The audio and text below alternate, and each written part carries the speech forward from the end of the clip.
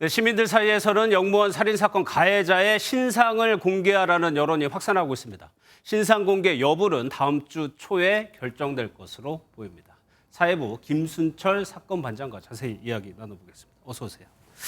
김태형 기자의 단독 보도 저희가 봤지만 이 기사의 핵심은 계획범죄 정황을 포착했다는 거거든요. 좀 구체적으로 설명을 해주시죠. 예, 경찰이 오늘 오후 2시쯤에 여성 영무원을 살해한 혐의로 구속된 30대 전모 씨의 자택을 오늘 전격 압수수색했습니다. 예, 경찰은 여기서 확보한 태블릿 PC와 외장 하드가 스토킹 범죄와 연관성이 있느냐 이 부분을 좀 집중적으로 들여다보고 있는데요.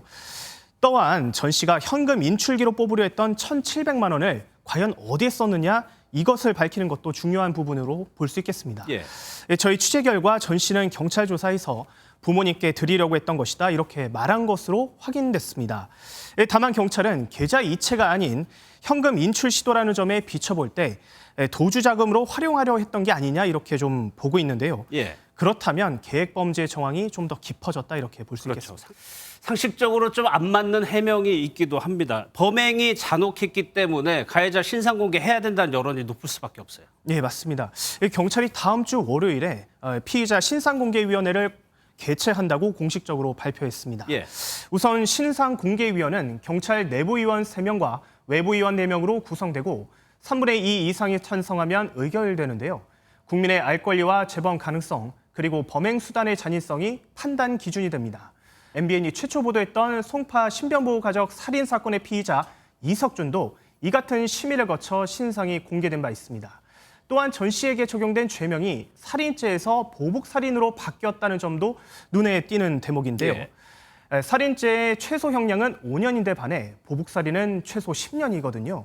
그만큼 경찰이 사안을 중하게 보고 있다는 것이라 신상 공개 가능성이 커 보입니다. 예, 가족들에게는 견디기 힘들 시간일 겁니다. 저희 취재진이 고인의 아버지를 만났어요. 네, 그 맞습니다. 내용도 좀 전해주시죠. 네, 저희 취재진이 오늘 새벽에 피해자의 아버지를 어렵게 만나서 입장을 들었습니다. 예. 이제는 눈물도 말랐다면서 몸을 제대로 가누지 못하는 모습이었다는데 저희도 참 마음이 아팠습니다. 특히 딸을 지켜주지 못했다면서 아버지로서 너무 미안하다고도 말했습니다. 가해자 전 씨를 향해서는 꼭 엄벌에 사회에서 격리시켜야 한다고 밝혔는데요. 또한 국가가 잘못한 것이 있다면 사과하는 게 맞다며 책임 소재를 분명히 해야 한다고도 말했습니다.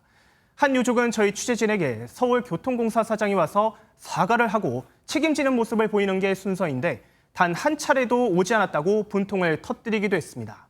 현재는 유족과 정부 측 간 여러 의견이 있어 오늘 오전에 예정된 발인도 미뤄진 상태입니다. 예. 이 사건과 관련해서 이상훈 서울시 의원의 발언이 논란이 됐는데 결국 고발당했네요. 예, 맞습니다. 해당 발언은 어제 서울시의회 시정 질문에서 신당역 사건을 언급하면서 나온 발언인데 이 내용 우선 들어보시겠습니다. 미뤄봤을 때 좋아하는 친데 그걸 안 받아주고 하니까 여러 가지 이제 폭력적인 이제 대응을 남자 직원이 한 것 같은데요. 31살의 청년입니다.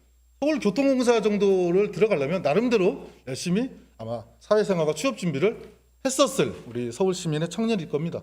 가해자를 옹호한 것이냐는 비판 여론이 거세게 일자 이 의원은 입장문을 내고 경솔한 발언으로 피해자와 유가족에게 깊은 상처를 줬다며 사과했는데요. 하지만 오늘 오후 한 시민단체가 이 의원을 명예훼손 혐의로 서울경찰청에 고발하기에 이르렀습니다. 이 단체는 합리적 판단을 외면한 사고로 피해자와 유가족에게 또 다른 피해를 가중시키고 있다고도 주장했는데요. 시의원으로서 경솔한 발언이었다는 꼬리표는 계속 따라다니게 됐습니다. 예, 김 기자가 얘기한 대로 대책을 얘기하더라도 매우 신중하게 해야 됩니다. 지금까지 김순철 사건 반장이었습니다.